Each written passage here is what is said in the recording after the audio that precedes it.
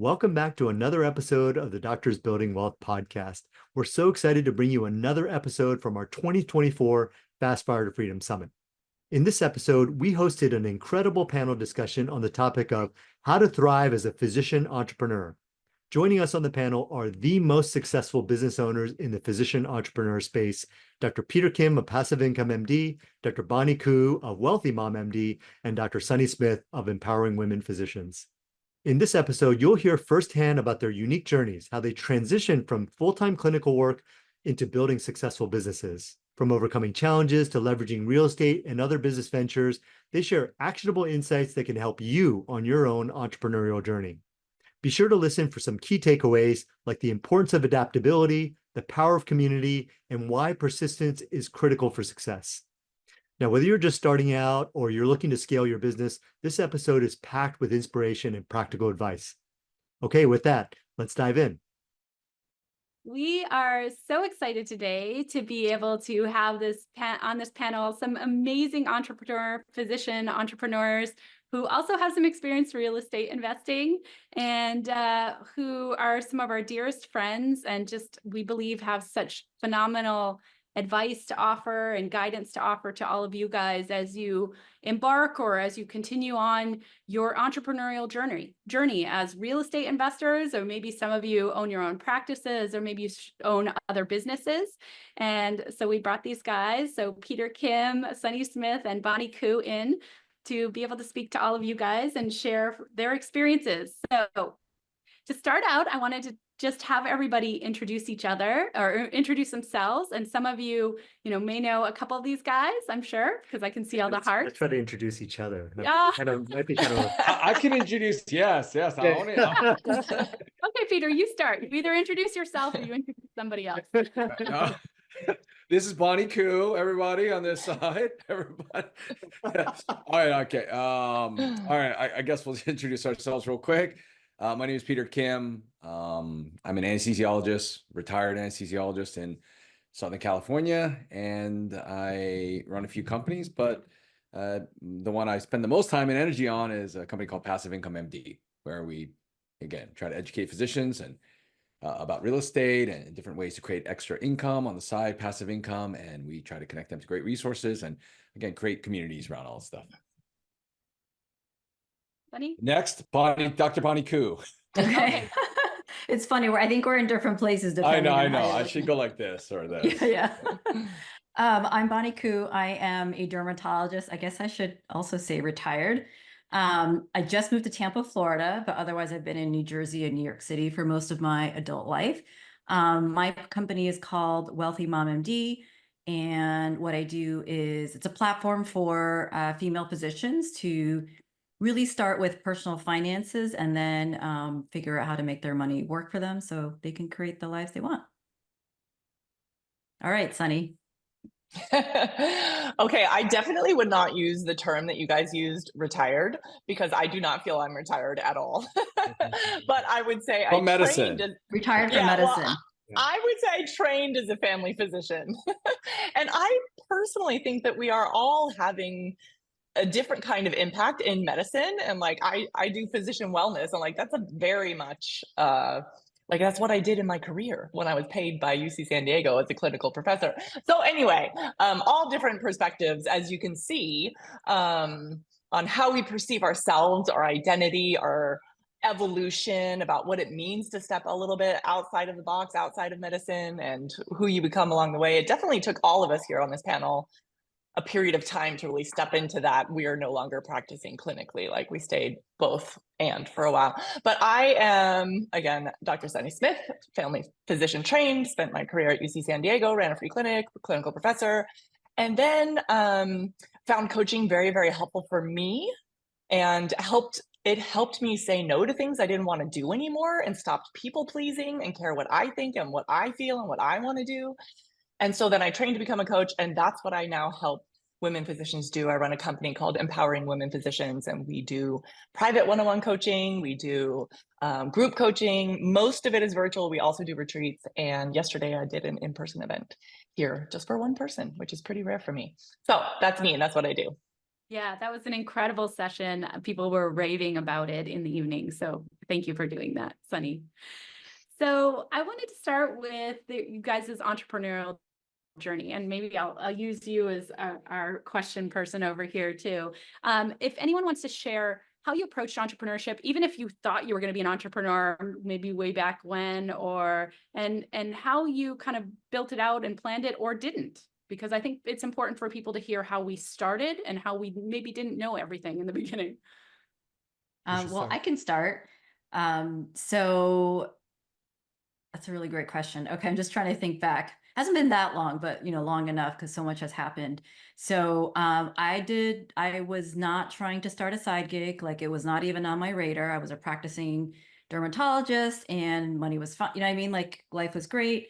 And I found Sunny on a Facebook post. But before that, I should add, so I started educating myself about personal finances just for myself because I was totally uneducated. And I'm one of those people that once I'm like into something, like I go deep. So I just started reading about it, and then I just started sharing it with other female physicians in person and in various Facebook groups. And then it was clear to me that there was a gap. But again, I still wasn't thinking like I could do something. But actually, people were saying things like, "Oh, you should start a blog," or "Hey, can you give a talk to my department?" And I started doing those things. Again, still no intention. To me, it was just kind of fun to do, and I really enjoyed it. And I think that's when I saw a Facebook post with Sunny when she was in coach training offering free coaching. And I had done some personal development work, way back when. So I knew the value of free life coaching. So I was like, I immediately DM'd her, and that's how I met her. And through our work together, we kind of figured out to start a business. But even that decision, it kind of like, it wasn't like I had this epiphany, like, yes, this is what you should do. It was more like, well, why not? The worst that can happen is it doesn't work and I'm a dermatologist. And then I'd also met Peter and Lady and Kenji through all of this, and we were all sort of starting our things. And it was just also just an amazing community. And I think that's Lady and Kenji and Peter and, Sunny were also, they're also great at just bringing people together. So I think meeting them also helped, like it was multifactorial. I think one of the keys I just want to pull out of that is, you didn't start out as a plan thing, right? It started as a passion project. And I think a lot of us start that way. And in the case of all of us, we all continue to work as physicians, but also did this at the same time. Then it was only once we had built a big enough business that we were feeling that pull of being dragged in multiple directions at once that we had to really sit down and decide, what we were going to do. So maybe Peter, yeah, go ahead. Can I just say one more thing since you mentioned my decision to stop practicing wasn't because my business replaced my clinical income. It was kind of COVID induced because I literally couldn't work. I was in between jobs. And then time just kept passing, and then I didn't really miss it. So that's my story anyway. I don't know. I think Sunny and Peter have a slightly different exit story. What about Peter? Oh, okay. Well, I like to tell people my first business, the first business I created was when I was like 7 years old. I tell people about this story, how I used to live next to a golf course, and as a kid, I was really good at like hunting golf balls. It's wooded there, there's forests, and so I was really good at hunting golf balls in the woods. And that's what I used to just do for fun. And then I found out one day you can like clean those up, and then you can just like sit there and sell them to the golfers as they come by, right? And so somehow when I figured that out, like, oh man, I can go hunting for the golf balls, I can go sell them, and I can go buy like candy, basically, right? That's when like my first business took off. My parents remember I would set up a little station there, and it's like kind of like setting up your own version of a lemonade stand, right? For other people. That was my version of my lemonade stand. And for some reason, as growing up, I always felt like this kind of fun. I like thinking about how to create value. I mean, I didn't think of it like as creating value. I was just like, all right, cool. I can create a service for something or do something and create income and have it used for something else. And even in college, I actually started as like an economics major, actually, which people may not know. Even though I thought maybe I would do, become a physician, I was like, look, maybe I want to explore this. And through that journey, I ended up, choosing medicine. But there's always this part of me that always felt like, I kind of like this whole business world. I kind of like, it's like fun. It's fun, the creation process, it's exciting, it's a journey, it's kind of unpredictable at times. And I always felt like I wanted to go back to that. And I didn't really know what that would look like for me growing up. Again, focus was being an anesthesiologist, focused on becoming attending and all of that stuff. And I kind of just put it all aside. And I don't know how many people feel like they had this kind of like, these passions or interests, and they just had to put it aside for medicine. But when I started learning about real estate investing, I started doing all that, and I decided, okay, how can I share this with people? Again, there wasn't to be a business. I just put it online. And when I started putting it online, people started, just started kind of connecting people. And then there was an opportunity to, create some income with different, marketing, advertising, and all these type of things. I was like, wow, this could maybe be that thing that I was looking for. I like kind of checks all the boxes. I could help people. It's fun. Create some value here, create some extra income on the side. And one thing led to another, and that's how that's how my journey started. So I don't know if that just shares everything, but that's it. And do you miss, just to answer this question that we're getting asked on the side, do you miss being an active physician at all?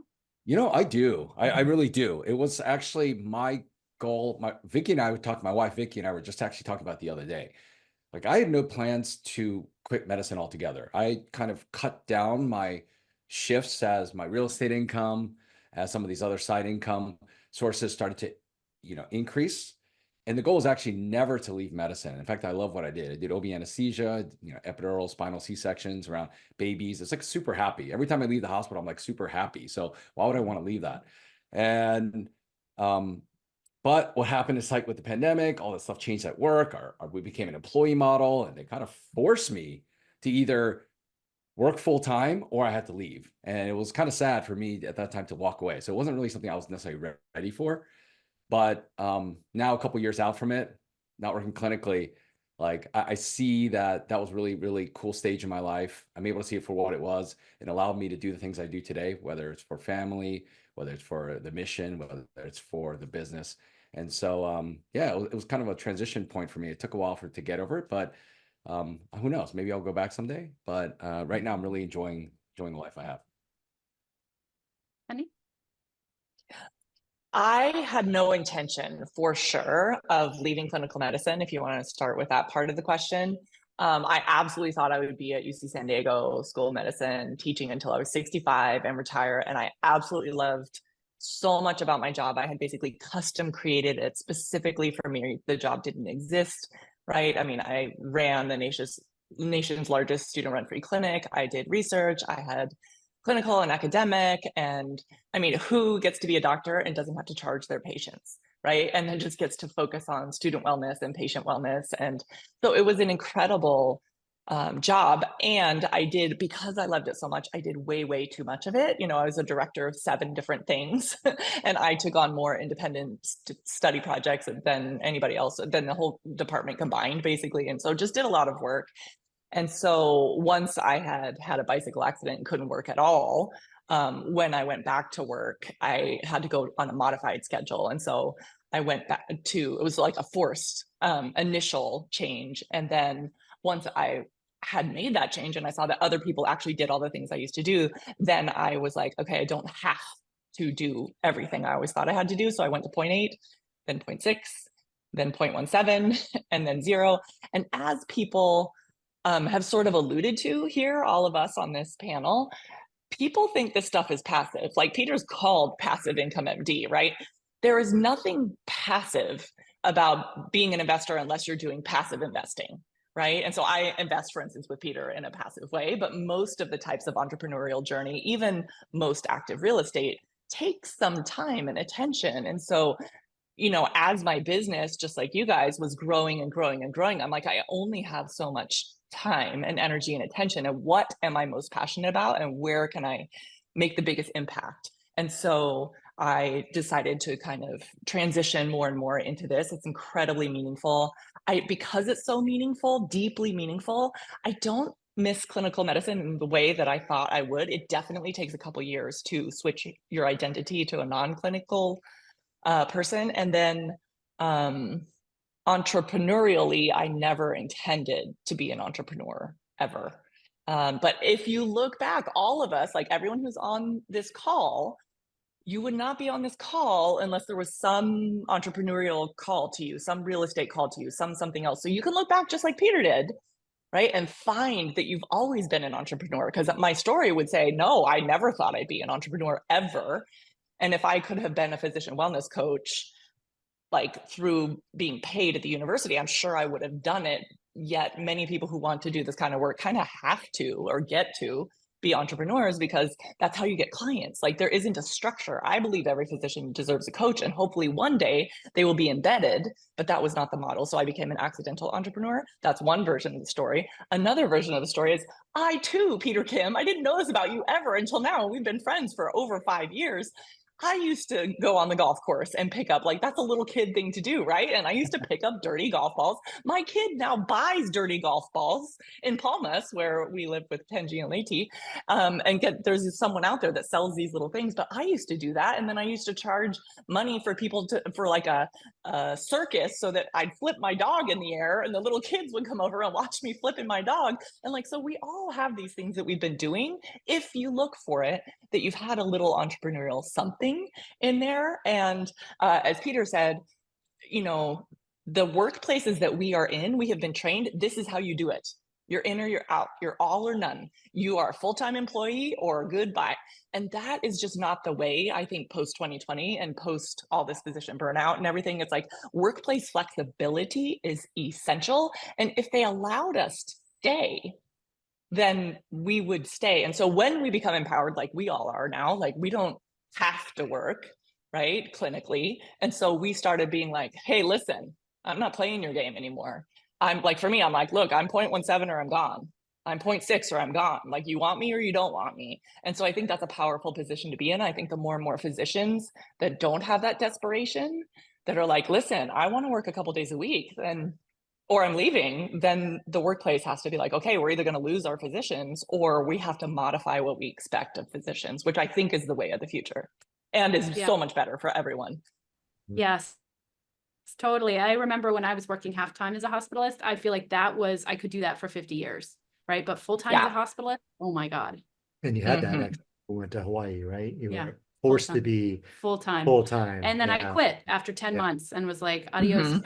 You know, we had our real estate income. We didn't have to do that. Do you want to share a little bit about your journey for people too? Sure. Yeah. I've just been a serial entrepreneur, and I think, you know, if I was just trying to think about like, well, where'd that come from? And I think that ultimately came down to I don't really like being told what to do. So yeah. But also model from your dad. And I think it's important for people to hear that your dad was an entrepreneur, even though he was a doctor back in the day. He was. It's true. And he was also a physician who did a lot of kind of creative things outside of medicine. But I think for me, it was there was a lot of kind of getting out from under his shadow. So I wanted to go do my own thing anyway. So if I think about kind of like different experiences along the way, a lot of it was like I just really didn't want to be in a system. And so I wanted to get out of that. So that's why in medical school, I started my first business. I went back to residency, then went to McKinsey for 5 years doing management consulting, gained some skills there, and then did a couple startups after that. And so, one thing I wanted to kind of build on from what Sunny was saying was that,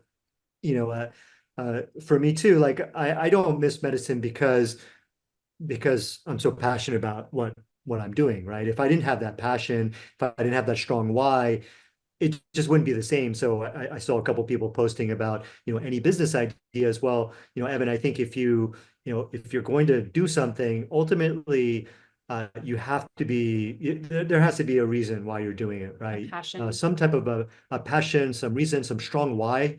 And, for us, it's, it is changing medicine, right? Giving physicians options to say to their bosses, hey, I want to cut back to half time. And if you don't let me, I'll go somewhere else, or I'll just, focus on real estate, right? So we do love that idea of kind of giving people that option, changing the culture of medicine. That's really our passion. And then just seeing how we can help people and how we, transform lives. That's extremely rewarding. And so that's what keeps us going, right? Because in a business, persistence is really important, right? I mean, they're going to be super important. Good day, tough day. There's going to be tough days, right? And so, what keeps you going? Your why and your passion for what you're doing. Well said. And let me say, because I wanted to add, since this is a real estate summit, right? And so when I heard you speaking, that made me think, like, I just talked about being a coach, right? And you talked about the why, like I talked about the physician wellness why.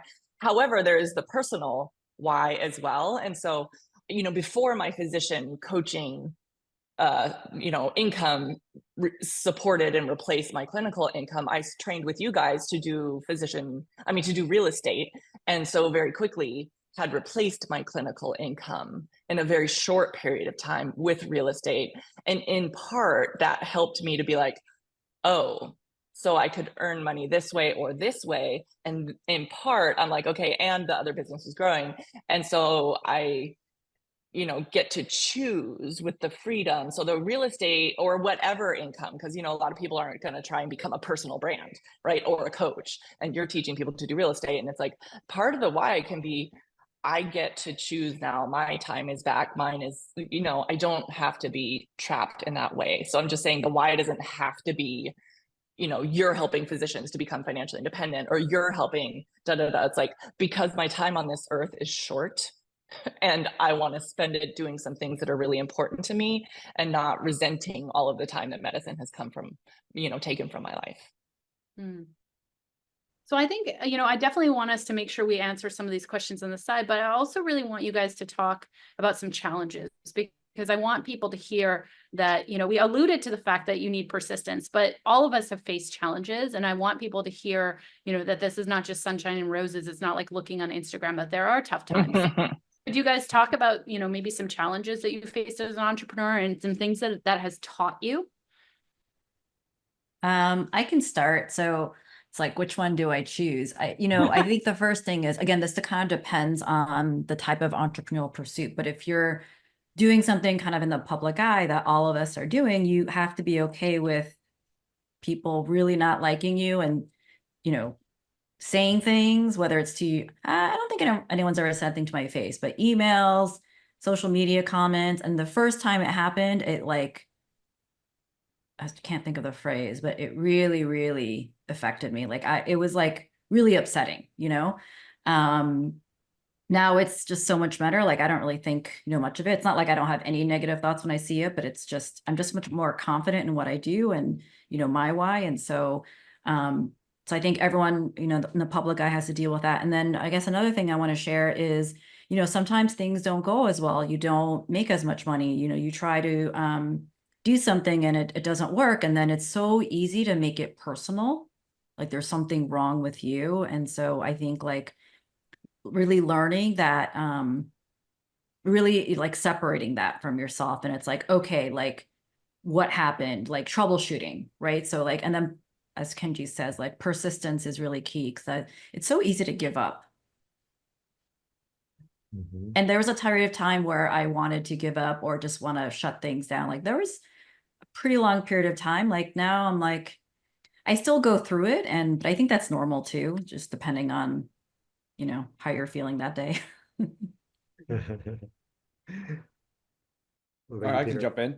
I think one of the biggest challenges for me has been really managing the like emotional roller coaster of entrepreneurship. I think when, you know, in medicine, you show up and you get so good and competent at what you do, like you're pretty, you know, you're confident day to day. You kind of, I wouldn't say predictable. There's always uncomfortable. I mean, there's things that are unpredictable, but you can also fix it right there on the spot usually. I mean, again, that comes from an anesthesiologist, you know, being in procedures and doing that kind of thing. My day-to-day is pretty like, again, relatively predictable. Unpredictable things happen there, but I know how to handle those things. In entrepreneurship, I just feel like there's a ton of up and downs, like Bonnie said, like emotional roller coaster at times. Things that are out of your control, some things are in your control, but again, most things are out of your control.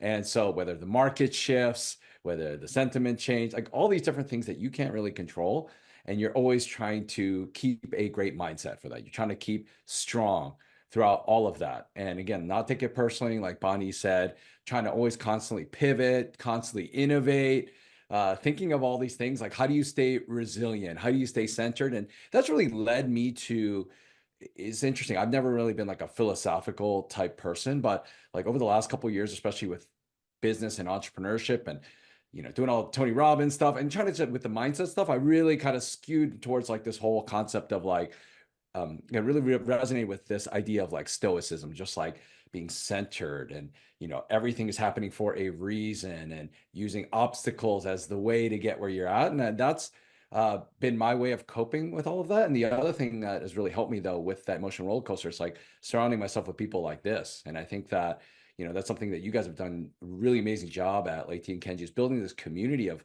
not just like, it's just education. People just learn stuff, because there's going to be emotional roller coasters in real estate. There's going to be emotional roller coasters in business, but you have people that you're surrounding yourself with who you can help each other and support each other through that, share those experiences. And so everyone knows it's not just me that it's going through it. We're all going through it. This is what I've done. This is what I've learned.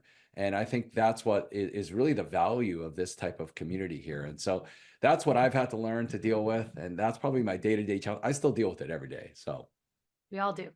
We all do. Mm-hmm. And you're hearing how important mindset is. That was another question I had coming, but it's great because we're hitting it right now with all of us. Mm-hmm. Go ahead, Sunny. I think for everyone, it's emotions. It's emotions drive everything we do. And I know that may seem touchy-feely to say that, but it's like we're all trying to go towards an emotion or away from an emotion. And so, as Peter said, there are facts that are, challenges, and we are going to face them. And you are putting yourself in harm's way by being an entrepreneur. People are going to say things. Your money is going to be at risk. Like when you're a physician and you go to work and you work all day, all month, all year, you are going to get paid, right? And entrepreneurship asks of you, will you take your capital that you worked so hard from, put it out there, put it at risk, and then deal with what the world gives you, right? Whatever. And so it's taking chances. And that's why there's sort of a disproportionate reward to entrepreneurships, because we take the risks. Like our employees get paid.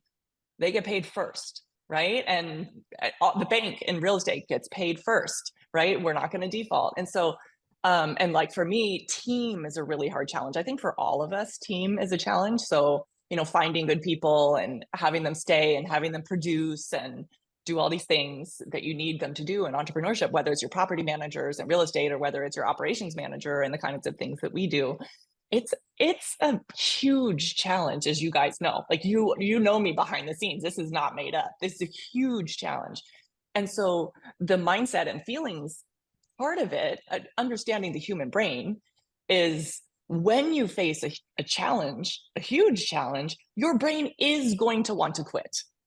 Your brain is going to be like, there's a way out. It's called an escape fantasy for a reason. Doctors want to go work at Starbucks or be the gardener or take a 9-to-5 job or whatever those things are. And so it seems so easy to just be like, your brain is like, I'm out, dude. I'm out. And then you have to not act on that right away. So you need to learn patience, and you need to learn that between stimulus and response, there is a space, right? That's a Viktor Frankl quote. And like I sat at Leti's house on like December 31st of this past year. And I was like, I think I might close it all down, Leti. Don't you ever think of closing it all down? And I've talked to other people on this panel that they have repeatedly thought that. And it's almost like an intrusive thought that it's like, just shut it down when things get hard. And you were like, at least at this point in your journey, because there are other points in your journey, but on December of this year, you're like, no, I've got a team and I love what I'm doing. And I've got responsibilities, and I'm just like, but I want to escape, like still, even though I'm a coach and I do lots of mind management and all the things. So the hardest thing is staying in. And, they say one thing, like, for instance, about Madonna, that's like, why is she so successful? Because I don't know why I thought of this, but they're like, because she stays in the game. She stayed in the game. Like anybody who's successful, you're just staying in the game. And so if you can just commit, everyone here, to playing the long game, like there's dabbling and then there's playing the long game. And so I just reminded myself, I went to a conference with other women entrepreneurs, and I was like, they said, are you playing the long game? And I was like, yeah, I am. You know that, right? Like that's the reminder. Our brains are going to want to escape, and we remind ourselves we're playing the long game. It's just like med school, just like residency. We're like, I hate this test, I want to quit. And then we're like, wait a minute, I actually do want to be a doctor, so I'm back all in. Yeah. And I think what's so beautiful is all of us have very strong whys, and that why is ultimately what you remember. You know, the good you're doing for the world, Sunny, is unbelievable, right? And your why is very strong. And so even when times get tough, which they do for all of us, you know, like Peter and Bonnie were alluding to, things change that are out of your control. And you know, your job as an entrepreneur is to solve problems, right? That is actually your job, is just to solve problems. And so problem after problem after problem comes to you, and you just solve one, and then there's another one. The goal is to have better quality problems, not to be solving the same problem or worse quality problems over time. But you know, if you have that strong why, that's what will ultimately keep you going, because there will be dark days, and there will be days where you do want to quit. And those are the days you pick yourself up and you remember your why and you keep going, because it's something bigger than you. It's not about you. Yeah. Yeah. Anything you want to add? Yeah, for sure. I mean, I agree with all the mindset stuff. There's no question. But I think I wanted to bring up one other thing, which I think probably all of us are thinking about, maybe struggling with, is becoming an owner, right? Not an operator. So, you know, just reading the book E-Myth, and there's a story with Baker, right, who is doing everything, literally, you know, doing all the prep work, the cleaning, right, the cash register, every little piece of the business, right? And if you're a solopreneur, you're doing everything, right? But it makes it very difficult, first of all, to buy back your time, which is a great book, and actually have freedom, right? And why do we do this? And you talked about this at the very beginning. You said this is not passive, right? And so, but I do think that for all of us, there is a path to making this more passive by building a team. And I think that's, for me, probably one of the bigger struggles. Like if I think about my real estate portfolio, Leti's always saying like, hey, we need to get you, I hire him, people. I need to get you a portfolio manager, and I need, you know, and I'm just like, oh no, you know, like I'm good. Like, you know, I'm the baker, you know, I'm going to do it all, you know? And so, but when we think about, you know, the semi-retired MD business, right? Same thing. It's like, you know, we're building the team, right? We're training, we're hiring, you know, we're firing, right? We're you know, we have to build those systems and processes, right? In order to kind of get to that next level as a business. And I think that just, you know, if I think about one of the biggest challenges, that's probably one of the biggest challenges. Yeah, Jose mentioned, you know, he needs a coach. All of us have coaches. All of us spend probably 6 figures or more a year in coaching, and we're coaching. So I would say, yes, you definitely need a coach. We were just I was just watching Keith Cunningham at Business Mastery too. And he said the price of entrepreneurial success and entrepreneurial being free as an entrepreneur is optics, structure, and leverage. That's it. Optics, structure, and leverage. And optics is having, you know, the metrics in front of you, seeing trends, seeing relationships. You know, structure is the systems and processes, and leverage is people to help you. You need those 3 things to be able to transition into an owner, not an operator. And all of us have been trying to do that transition for years now, sometimes more successfully, sometimes not as successfully, but it's like was it 1 step forward, 2 steps back? That's because the chokehold on any business is the owner. It's the owner psychology, right? So it goes back to mindset. Always. Okay, can you guys talk about maybe getting the right people around you, right? And getting that kind of community, because I want people to hear that too, and how important that is. Yeah, I can start. I think so. When I was starting on this journey, again, this is when it was kind of like a jobby/hobby. Again, since it was in the personal finance world, I just started. I'm trying to think how I started meeting people. I went to the first White Coat Investor Conference. I went to FinCon, which is a conference for anyone who's sort of in financial education or services. And I met Peter there. I met Leaf, who's the Physician on Fire, and obviously I met Jim Dolly, the White Coat Investor.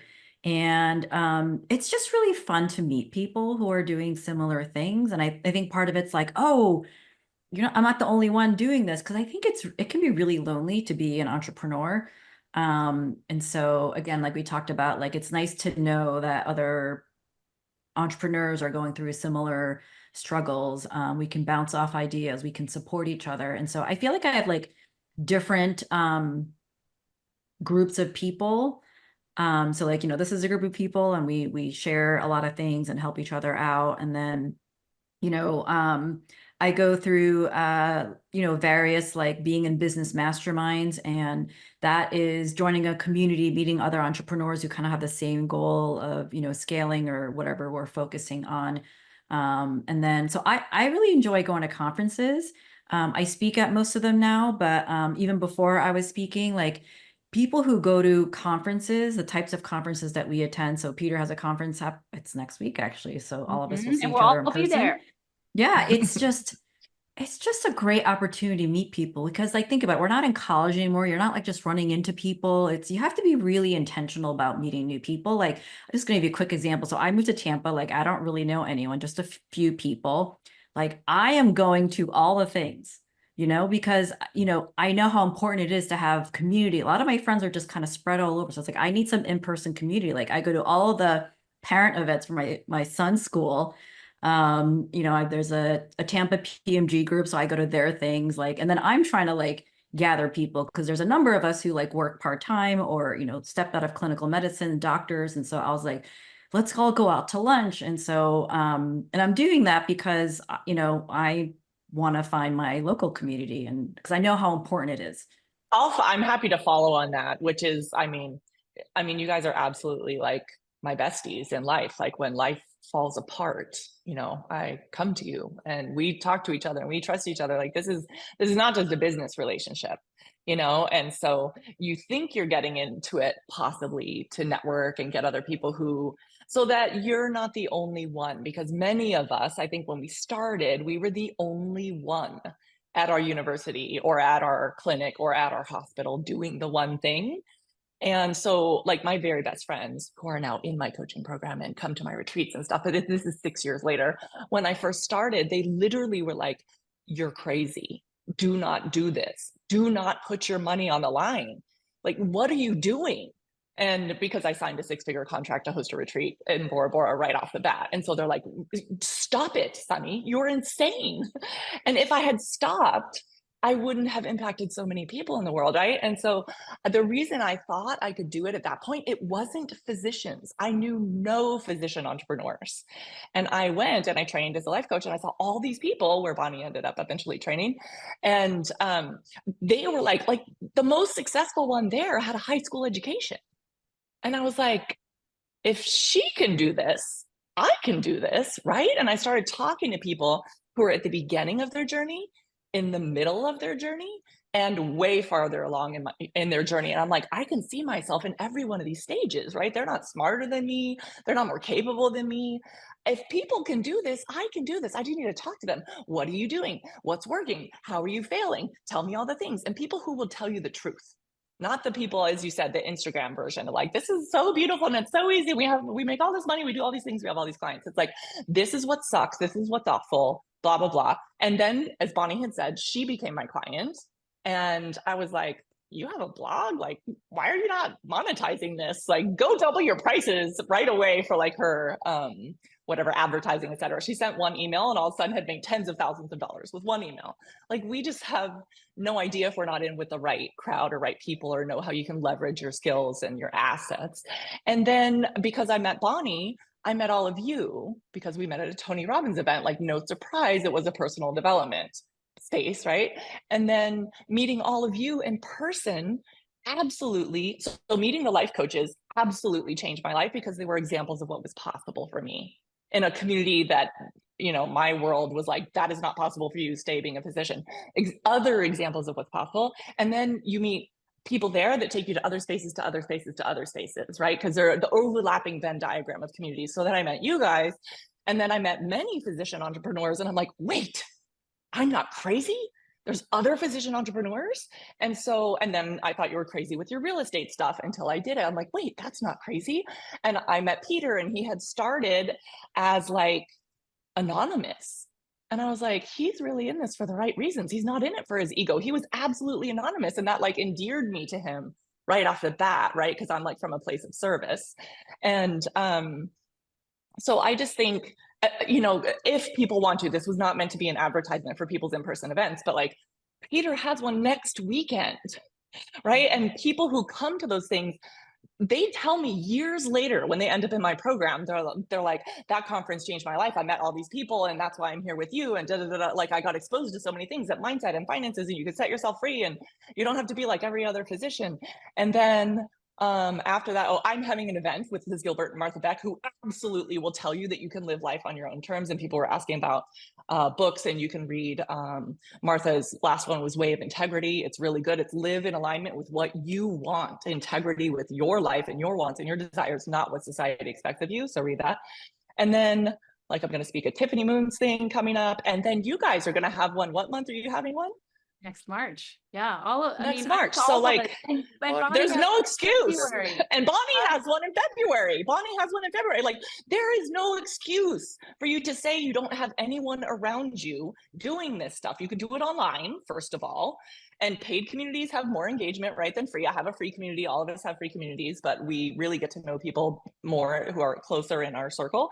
And if you like, I don't know, I'll stop talking, but like, come meet us, come sit in the audience, come sit, whoever's sitting next to you has the same mindset as you in some way. They have limiting beliefs, and you'll see, just like I did at my very, very first training, people who are at the beginning, in the middle, and far along. And you're like, you get to have cocktails with them, you get to have dinner with them, you get to, like, I'll just say, I could not have done this without the community, period. I could not. I would not be who I am today without every life coach community I've been in and every physician entrepreneur community I'm in. And I'm sure I would have quit if not for all of you. Yeah, I think that today, obviously, all of us have access to like a ton of information today. I mean, with ChatGPT also, it's ridiculous, right? What we're able to have access to. So, maybe back in the day, the advantage for some people was, okay, I have the knowledge that other people don't have. And that allowed you to kind of do better, make better investments, do better financially and all this kind of stuff. And that advantage was definitely there. I think that advantage actually is less today just because of the internet and all this stuff that's happening. And that is kind of, again, it's becoming more common to have all that knowledge. The thing that I believe today that sets people apart, or to get that next level, it's the community that you surround yourself with, because that you can't replicate by AI or do necessarily get that. The interactions that happen, that all of us have been to, like a conference or been part of a summit or in a mastermind group, where like one thing that somebody said like completely changed like a trajectory for you, or completely, that one thing was like a six-figure tip from somebody who's been there, or kept you from making a huge mistake. And I think that's the stuff that you can't just find necessarily in a book, or necessarily find on just taking a single course. Like, it's the community that, in my opinion, is where like all that value is created today. And that's why I think so many of us focus on that. Anyone who's ever created a live event knows that live events are not necessarily the easiest things to put on. They're not necessarily, it's the most challenging, and financial is probably the biggest risk. But we do that because we understand the value of getting people together and all of the interactions that happen when we create this environment. And I think for us, we see that, we love it. It's where we've all learned, we've all benefited from. And so the power of that community, to me, like today, that is everybody's advantage. So it's cool that people are part of this, because you're finding that community here, which I will tell you that for all the people that are just sitting out there reading books, and which is great, and doing it, this is how you accelerate. This is how you move faster. This is how you get to your place faster. And that's what I find with community. Mic drop. Yeah, amazing. Yeah. So awesome. Yeah. Nice job, Peter. Yeah, that's great. Yeah. I mean, I think that it's kind of building on that is like the book Who Not How, right? And so a lot of people, when they want to achieve something, they think about, how am I going to do this, right? How can I come up with the money? How can I find a market? How can I find a property, right? But oftentimes it's a who's going to help you find a property, who's going to help you maybe fund your purchase, right? Maybe it's a bunch of passive investors, right? So the who's are really important. One thing I just wanted to kind of add to, these comments, you guys have mentioned it, but I kind of wanted to pull it out a little bit, which is that each of us pays, greater than six figures, right, to be part of different communities. And I just kind of wanted to say that it's not to say that a local meetup or something like that is free. It's not to say that that's not valuable. I'm not saying that at all. But I will say that when you sign up for something and you pay for it, there is going to be a group of people there that are very committed because they have also paid, and they're also going to be probably very like-minded as well because you chose a community and everybody chose a community that for a specific reason, right? And So the you that shows up is different because true the too. you that shows up paid for it. And so you show up differently. I know for a fact that when I put out that money, I make that commitment to show up. Mhm. And if it was free, I don't have that same level of commitment. That's true. Yeah. So I just wanted to kind of put that out there, just for thinking, right? Just for thought. In terms of we all have limited time, right? And we choose where we're going to spend that time. And ultimately, yeah, you can go, to this group or this group and just kind of think about that as a factor. It's not the only thing, right? But just something to think about, and also recognize that we as collectively, we're all paying over six figures. And we're all for paying coaching. for coaching. Yeah. We all have coaches. Yeah. I just want everybody to hear that and that I think all of us will pretty much say our coaches were why we're sitting here today having, businesses that still run and that are successful, right? It's the coaches that have helped us along the way pretty significantly, and each other, our community. Yeah. Okay, so now I had this question in here. What would you say is one key skill an entrepreneur would need to be successful? And I'm going to take out mindset because I know all of us are going to say mindset. So you can't choose mindset. So what is one other key skill that you think an entrepreneur needs to be successful? And if nobody can think of it right off, I'll put mine out there. Okay. When you go say first. not mindset, does that mean persistence doesn't count? I'm I'm just trying to understand let's what say you persistence counts. Okay. Persistence counts, but not like working on your mindset in terms of going to coaching, for example. So I'm going to say decision making, because if you can't make decisions, you're not going to do anything. And decisions, Sunny taught me this, decisions move you forward. And so if you don't make decisions, you literally sit still and the decision gets made for you. And so when I look at our journey, we read Rich Dad Poor Dad, and we decided together, we're going to not buy a primary residence. We're going to put all our money towards investment real estate, and we're going to achieve financial freedom in 7 years. Those were decisions we made, and then we acted on it, right? So I put out decisions as a model. I'll follow that to say, where I trained, I learned indecision is a dream killer. And I was like, oh, ain't that the truth? It's a dream killer because people spin in indecision and overwhelm. Should I, shouldn't I, shouldn't I? Like, imagine if you're in medicine and you're just like not giving someone medicine, like pick a medicine and move forward, right? And see what the outcome is. So make a decision, because the indecision is the decision to do nothing. Right. And to keep spinning and keep yourself in the same place. And there is a cost to staying in the same place. We all know that, right? There's a cost to doing, there's a discomfort of doing, and there's a discomfort of not doing. And I would say for me, I think some of the biggest skills for an entrepreneur is to be willing to fail and fail and fail. And yes, I said tolerate emotions, but it's like, failing again, and put your own, again, money and risk. And because you're like, oh, well, if you're, failing riding a bike, you go down and you're like, scratch your knee. But if you fail in entrepreneurship, a lot of it is pretty public. And a lot of it, people will kind of get down on you about, and you will get down on you about. And so it's, for physicians in particular, we're used to acing it. We're used to like, tell me to jump how high, give me the 100. We're mad if we got an A-. You cannot be an entrepreneur if you have to get an A or a B all the time. You cannot. You need the F, and you learn more. We all realize, like, how does Peter know all the OB anesthesia complications and he's totally fine with it? Because he's been with all the complications. And so the farther we get in our businesses, we're like, oh yeah, this is my 50th time having a blah, blah, blah that didn't work. So now I'm not like so super freaked out, because the higher level you get, it's just more freak out. And so it's just staying in the game when you're failing and failing and failing. Yeah, kind of persistence. Yeah. I was going to say persistence and determination. Is that or maybe grit?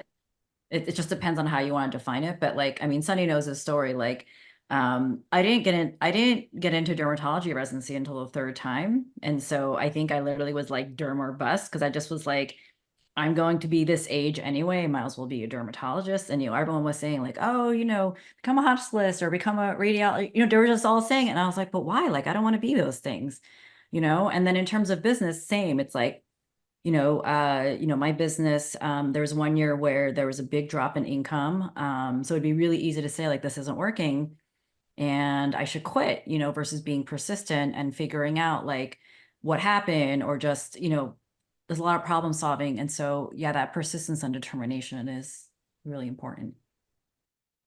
Just to stack on top of that, I think the term I'm looking for is like adaptability. I don't know if that's the right term, but you are going to run into, like I said, there's an emotional roller coaster. You're going to keep hitting walls, and then you've got to figure out ways around it and constantly pivot. I mean, how many of you know a company or business that really didn't change their business model and now is like absolutely gone today? And especially in today's world, while things are changing so rapidly, moving, the people that don't figure out how to get past those things change. Again, also, like, I mean, Kenji likes to say, how can I do this? Like, if the times change, it's not like you keep doing the exact same thing over and over again. It's more like, what are the ways that I can, change my behaviors, my actions, solve this problem?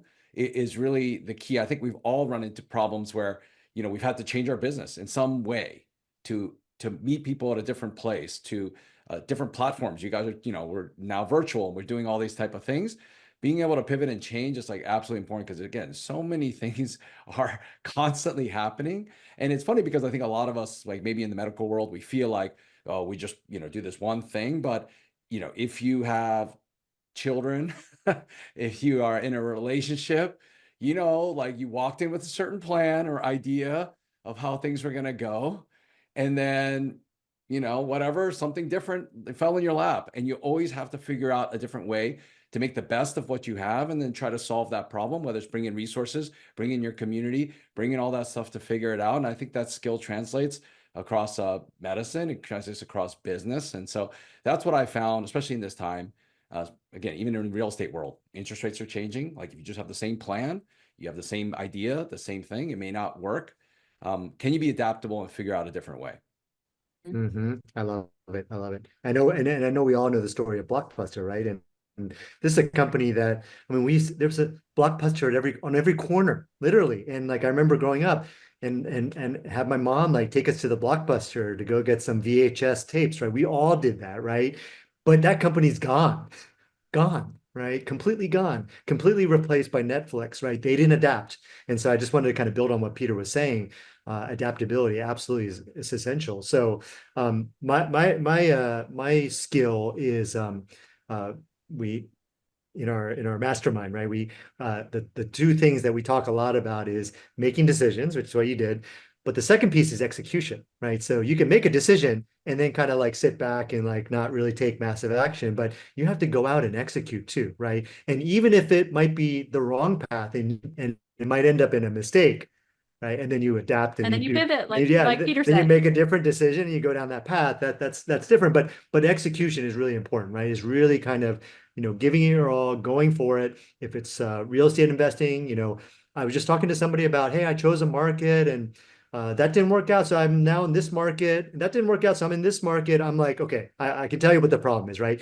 You made a decision on a market initially, but then you didn't really execute, right? And you definitely didn't persist. And so, but I guess that person adapted maybe by choosing different markets. But that's why I think execution is so critical. And again, it's got to be really intelligent, massive action, right? Where like if you choose a market, something doesn't work out, you just got to adapt within that market, within your choice, figure out a different way of finding a property in that market. I see this as such a common problem that people have when buying real estate.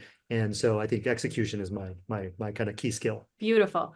Okay. The last question I want to make sure that we hit is, what would you say to somebody who wants to follow in your path? Any sort of like last words of wisdom, and then we'll each of you guys share where people can find you as well and how they can reach out to you if they want to reach out to you, and that would be great. So maybe Sunny, you go first. I mean, I just told my journey that, I went to an in-person event and I paid $20,000 and I surrounded myself by people doing what I did, what I wanted to do. And so I would absolutely get a mentor, get a coach, get someone who's been there. Like, if they wanted to, I found friends that were doing real estate investing, and that's you guys. And I, did your courses and I did all that. And so I took action in that space, and that was really important to me. And yet, if they want to follow in my path, they would, be focusing on this as well. So it depends if they wanted to be like a personal brand coach, physician entrepreneur which, actually many people I know and many of my clients do. They do some real estate entrepreneurship, and they do some of this other stuff too. I mean, you have to surround yourself with those people, hire someone, pay someone to guide you, and then go take action. One thing I've noticed about you guys is that your speed to execution that Kenji was just talking about, your speed to execution is faster than almost anyone I know. Like, if I'm coaching people, they're like, well, let me think about it. I'm going to get my website. I'm going to do this. I don't know if that property. So surround yourself with people, pay a mentor, get in the communities, and then just be willing to, again, fail and look ridiculous and have people think whatever they think about you, and focus on what you think, what's most important. And speed to execution. Get out there. Don't try to get it right. You'll never know if it's right if you don't start, and then you adapt. And how do people get a hold of you, Sunny? Where would they find you? They, if they're a woman physician, they should go on my Facebook group, because I'm in there every single day.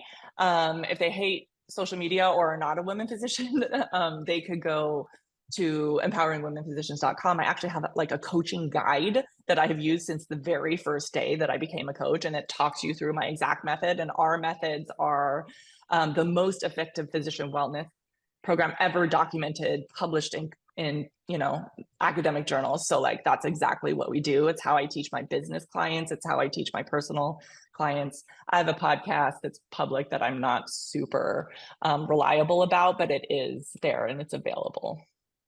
Thank you, Sunny.